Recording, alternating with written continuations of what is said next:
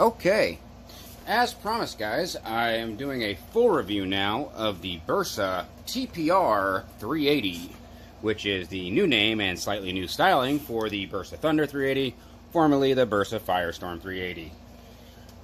Good little gun.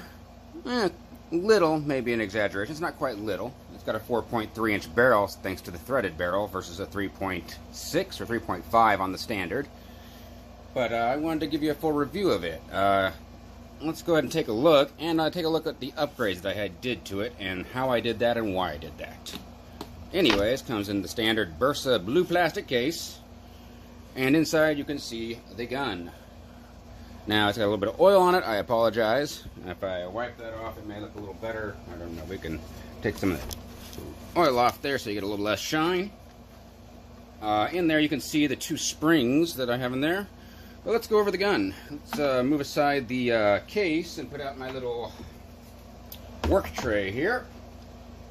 And from there, you can see what I have here. It is a double action, single action, 15 round double stack blowback action 380 ACP, just like the standard Bersa Thunder Plus, but in this case it's got the new TPR styling on the top. As you can see, it's got the flat angle instead of rounded, and it doesn't have the little circle at the end there, the little boss that they had on the old style, kind of like a Walther had. Instead, it's much more sleek looking.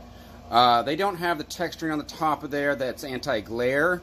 Now that doesn't bother me. By the way, let me show you that it's empty. It's empty, obviously. That doesn't bother me because I have the black one. If I had the nickel plated, or if they make a stainless one, you might want texture on the top there to reduce glare. But in this case, it seems just fine.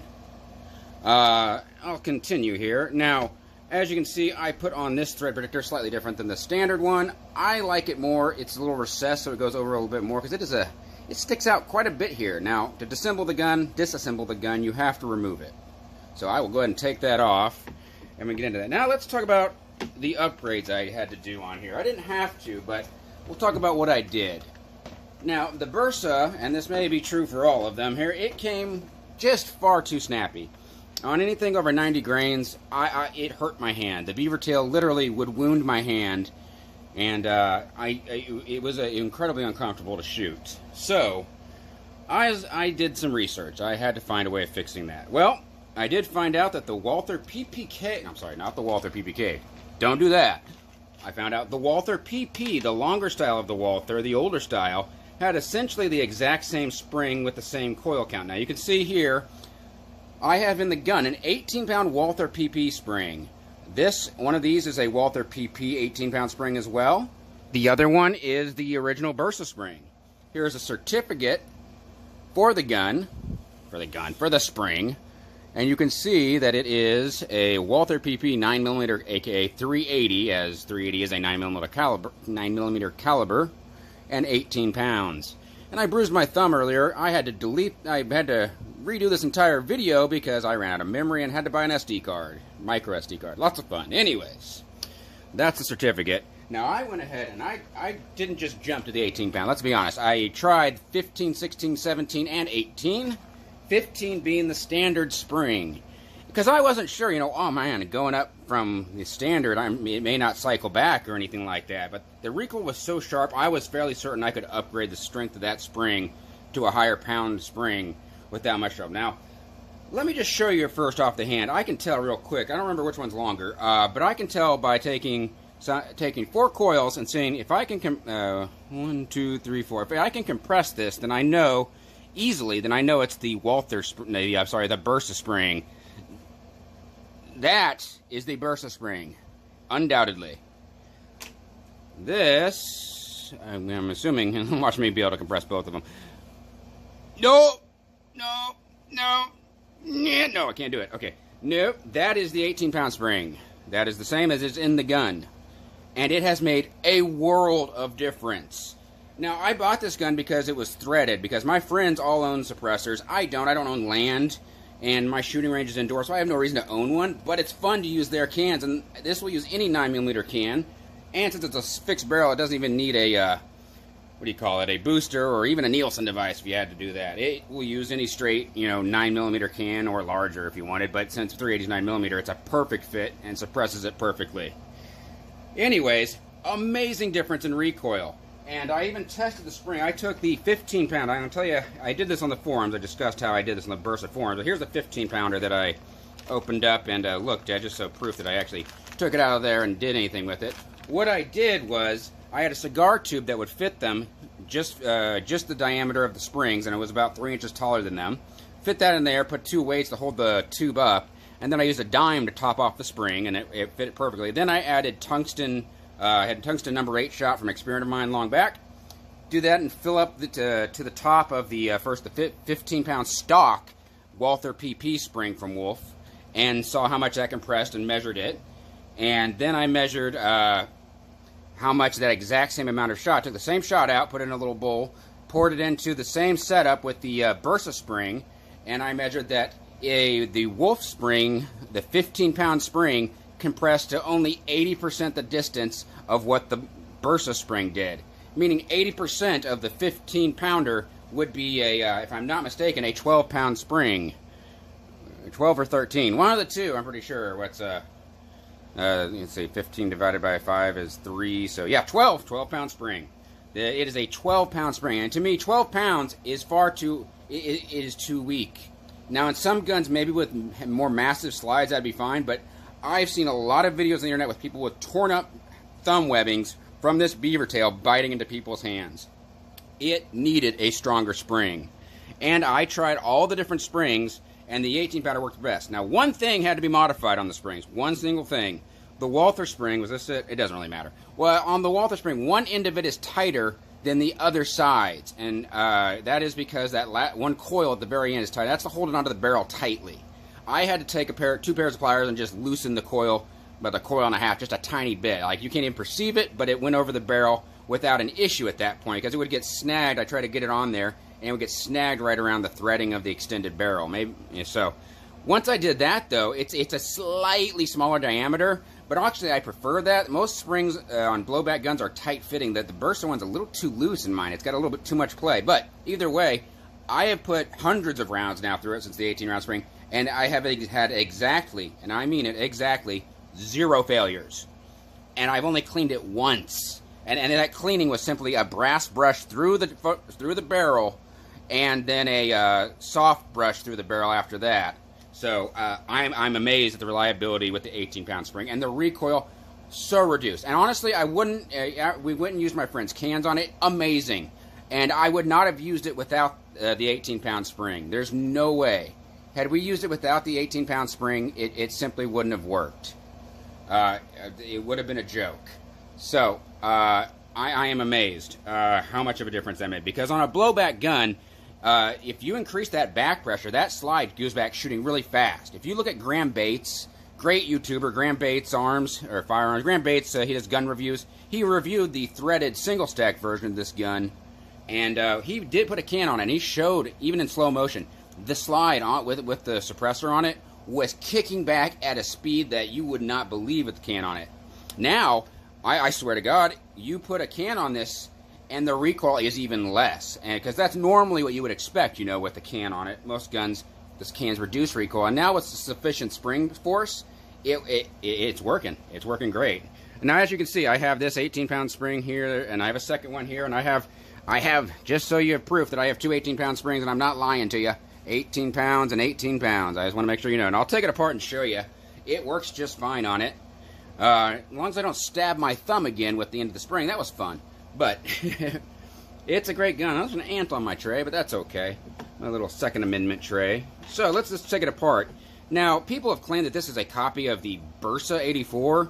I have to beg to differ. I have looked at both guns. I haven't owned a Bersa 84, but I did own a PPK for a short time, and not a PP, but the internals are dead matches, the mechanisms, everything. The only difference is, on here you're using a lever to retract the locking, little locking lug. On the PPK, you have you pull the trigger guard down that does the exact same thing. And other than that, I don't see any similarities to the Bersa. There's not a under barrel recoil pin, guide rod for recoil. It's over the barrel spring.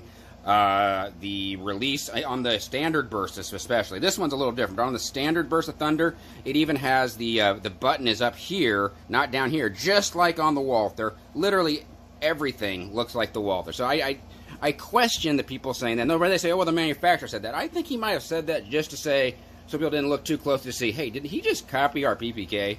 But I digress. Let's take this gun apart and I'll show you. It should be, even with the enhanced spring, at first, when the spring was brand new, it was a pain to get on and off. I'll admit that. But now, it's not that bad. And I'll say that and probably jinx it now, but we'll see. Maybe I can just get it off right on the first try here. Yeah, it's not bad anymore. But as you can see, it's a tight fit. When I put that barrel back on, it'll go all the way back to the back again. There you go. I just slide it back. And it works great. You know, there haven't been any issues with it. It works wonderfully. I'm getting grease and gunk because I have not cleaned it very much, as I said. But it works great. I put this laser on it. You saw in my previous video I mentioned that the single stack TPR, instead of having a normal, the same frame, they added a plastic module that gives it a Picatinny rail. It actually looks pretty cool. If you look at the thumbnail of my previous video, the preview for this gun, that is a cool style they added on there, and plus it gives it a rail. It makes it practical. Now, I just happen to like the laser guard lasers more than anything, especially if you're going to put a can on something. Unless you have a recess for a red dot that's going to go over it, or, you know, suppressor height sights.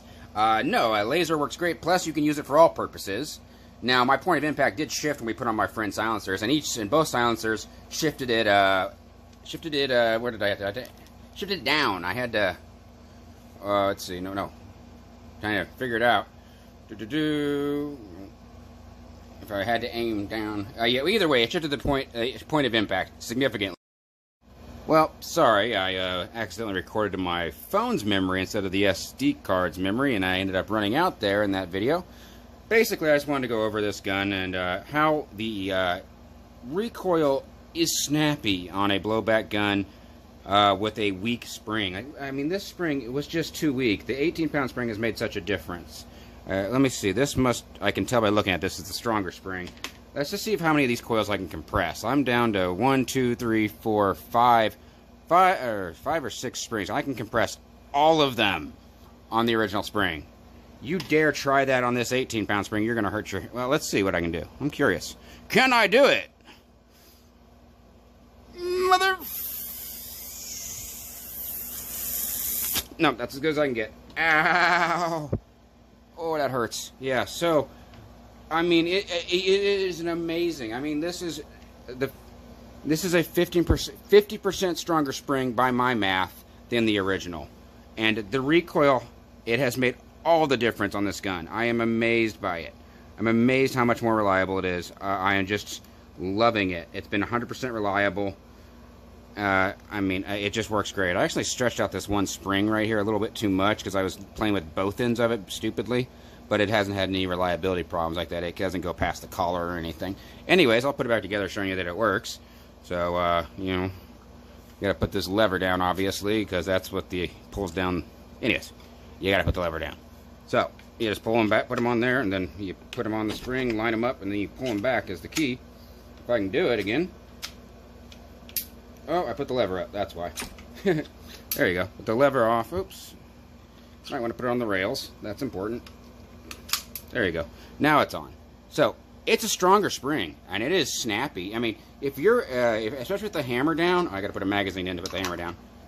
Magazine disconnect, there is a way to modify, like I said in the first video, but cocking this guy, oh yeah, that is no, you better, it's not impossible at all. It's very, if you're competent, if you have, you know, if you're 13 years old, you can do it. But, as you can see, with the hammer up, that is a lot of resistance. And honestly, that slows down the acceleration of the slide so that your recoil impulse, your felt recoil, is so much less. So much less. I am no longer, do I even notice the problem that I had every time I used it on my hand. I am telling you, this spring upgrade is amazing. Like I said, I can compress probably this whole dang spring on this is the weaker one. I can compress this whole thing without much effort. Oh yeah. If I try to do that with this one down to here, I mean, this is less springage, less coils than that. No way in heaven can I... Oh, no. Yeah, that just like I said, it tears up your hands if you try to do that. This gun's just been great. I bought this Downrange Products recessed thing, so it covers up the barrel a little bit. But Bersa actually makes their own product. I don't know if I'm repeating myself, but Bersa makes their own. If you search for TPR380 on YouTube, one word, you'll see a muzzle brake for this gun made by Bersa. Big Bersa logo. Looks like a 9mm muzzle brake, which you could easily put on this. But the Bersa one's very nice looking on it, made just for this gun. And I might put a muzzle brake on it since I'm not going to buy a suppressor. I don't own land. I don't want to pay and register with the government. And my friends have them, so when I go to their land and shoot, that's where I'll actually use them.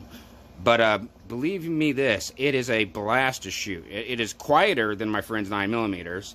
And with the 18-pound spring, it's not over-gassed by the time it gets back to here. Normally, on some blowbacks, if it comes back so fast, there's a lot of gas still escaping. I mean, and it's over-accelerating. I mean, the point of the blowback is blowback is you need the spring and the mass to slow that rearward travel so that hopefully not too much brass is exposed by the time the bullet exits the chamber. Otherwise, your brass could explode. But that's the pretty simple understanding of blowback guns. Anyways, stronger spring has made this gun awesome. I mean, it is soft shooting now. And if you are like me and you use low weight bullets, because I like centerfire's frangible defensive ammo that, it goes 12 inches in penetration, the base does, and then the fragments go 6 to 8 inches. And with a 4.3-inch barrel, I haven't gel tested it yet. I imagine it goes even deeper than that, probably. And people forget the heart is literally 1 inch behind the exterior of the sternum. The lungs sit against the ribs, so unless you're shooting someone in the back, and even then the lungs aren't that far from the back of the ribs, but you're going to hit a vital organ, and if it fragments in your lungs, the bad guy's going down quickly, and you're not going to hit an innocent person with the bullet fragmenting. So I know people are like, no, fragmenting ammo, you need always 12 inches penetration, and those pedals don't go 12 inches. That's true if you have one wound path. I don't disagree with that at all. If you have one wound path, you got to have as much penetration as possible because that's the only way you get wounding. But if you have 8 wound paths from fragments and a base, then the multiple wound paths increase your chance of hitting a vital organ, not the single travel of a bullet. Anyways, that's the whole calculus of fragmenting ammo. That's why the 223 usually fragments, and is why it's usually deadlier than the 7.62x39, my favorite, intermediate rifle cartridge. But you buy a fragmenting one of the AK, and you're looking at a nightmare. Anyways, fragmenting matters, and but the mass, there's a whole bunch of calculus that goes into that. Anyways, off topic. I also think that if you're going to put a can on something or buy something threaded, you either need to get a red dot that it goes above it, suppressor height sights, or a laser. In my case, no, there's no cut for that. So I went with the laser from Arma Laser for this exact gun. It fits the TPR380 because the frame is the exact same as the Bersa 380 Plus. You have to get the Plus model, not the original model. Again, this is the 15-round gun. It's great. The 15 rounds, completely reliable. I'm amazed. By the way, on this spring, there was that came with it originally. There was an issue, and it never fed wrong, but it was not working quite right, and I was noticing it catching. I took it out, and the spring wasn't fully seated in the follower, and after that, it was not a single problem. But they're super easy to take apart. By the way, I did not pay that much for this gun, fortunately.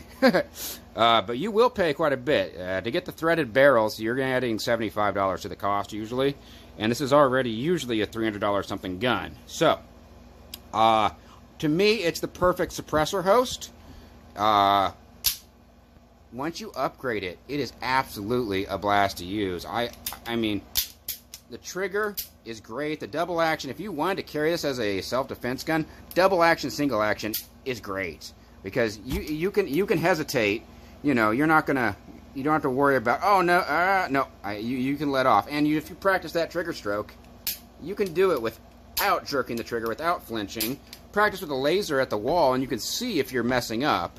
Or if you're at the range, obviously just throw in some snap caps in with your aim and see if you're flinching. Basic, firearms practice stuff. I'm no expert marksman. But again, the key to this gun was upgrading the recoil spring. I can't repeat that enough. So I know you guys are getting tired of me harping on the exact same thing. So I loved this gun. I like the new styling. I can't say that it's a huge improvement over the old one. I like it though. I plan on getting different grips because the black on black makes it look like it's a polymer gun in a weird shape, With wooden grips, it looks classy as hell. Or with the tan or olive drab, it looks really good. Anyways, I hope this helped you guys. I don't know. It was a journey for me getting this gun to be what I want it to be, and now that I have it as what I want, I absolutely love it. And if I were to get some land and get a suppressor, or just, cave in and buy one myself for just to have my own, even though I don't need my own, this would be the perfect platform, because every bullet that comes out of 380 is subsonic. I mean, you can buy less than subsonic, but even the 75 grain bullets I have mostly don't go supersonic, unless you're shooting like Liberty or Rip or some of those crazy high velocity bullets. You can tell that the sonic boom's out there. I don't need Hearing Pro on these. I just don't need it. I tried it, and we tested it. Don't need it. It's quieter than the 9mm out of the same can. That's not surprising. I just really say I like this gun, but I have to say you gotta upgrade the springs, because I've seen plenty of people on the internet that don't have a problem with the recoil. I did. And I've seen a lot of people on the forums that did have a problem with the recoil, and a lot of people with literal marks and cuts and tears on their hand from this gun. So, just as a quick comparison, it's not a compact gun. It's the same size. It's much larger than my carry gun in the summer, which is another 380, because I think the 380 is underestimated. You can see right here that these guns are both 380s, but one's clearly larger than the other. This is a SIG P238, obviously. It's not a Legion. I put the Legion grips because it's ambidextrous. Came with the cool, had a what do you call it, medallion on it already, but I like the Legion grips, and since it's a dual size, since it's got ambidextrous safety, rather, it works fine. Honestly, I modify these with maggot springs, so they hold 8 rounds, so I have an 8+1 out of this thing, so I feel comfortable carrying it.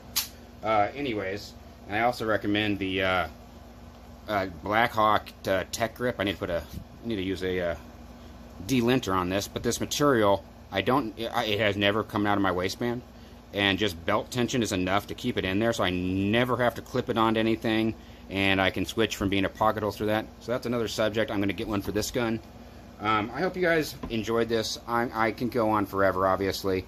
So if you have any questions, just let me know. I know by now it's been 20 minutes. You're like, this guy can talk. And I'll let you go. Maybe I'll edit this down so it's not a full episode of a sitcom. So I like this gun. You need to upgrade the springs. It's accurate. It's low recoiling once you fix it.